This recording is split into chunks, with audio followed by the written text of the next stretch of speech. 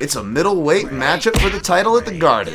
Dan Tom here with MMA Junkie to help you break down the main event for UFC 281 between Israel Adesanya and Alex Pereira.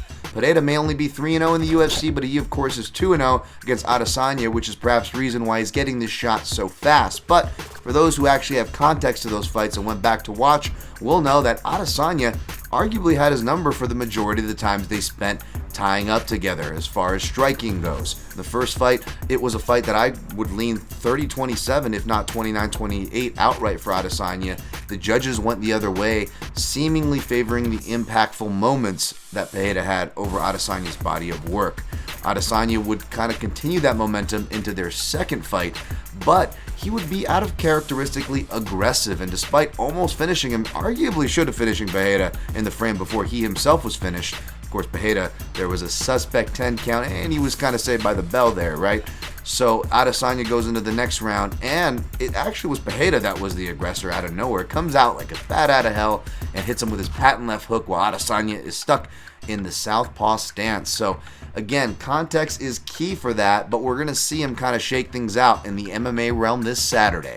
At the time of this video, the odds makers in public are leaning toward Adesanya, the champion, your favorite, in the neighborhood of -210, with a comeback on your underdog, the challenger Pereira, in the neighborhood of +160 via Tipico Sportsbook. Now, I don't disagree with these odds. Adesanya deserves to be favored. He will, probably close as a decent favorite and deserves to. That being said, I still find myself ever so slightly leaning to Poatan Pereira. Now, again, don't disregard Izzy's ability to finish here. He can get a finish just as well. In fact, you could argue the small gloves favor him, especially when you consider Poatan Pereira, though less in MMA. When he does get tired, he will go to that high guard. High guard, not a great defense when you don't have the big gloves for extra protection. He will have less protection against a pinpoint striker who is shown to kind of follow that Jason Wilness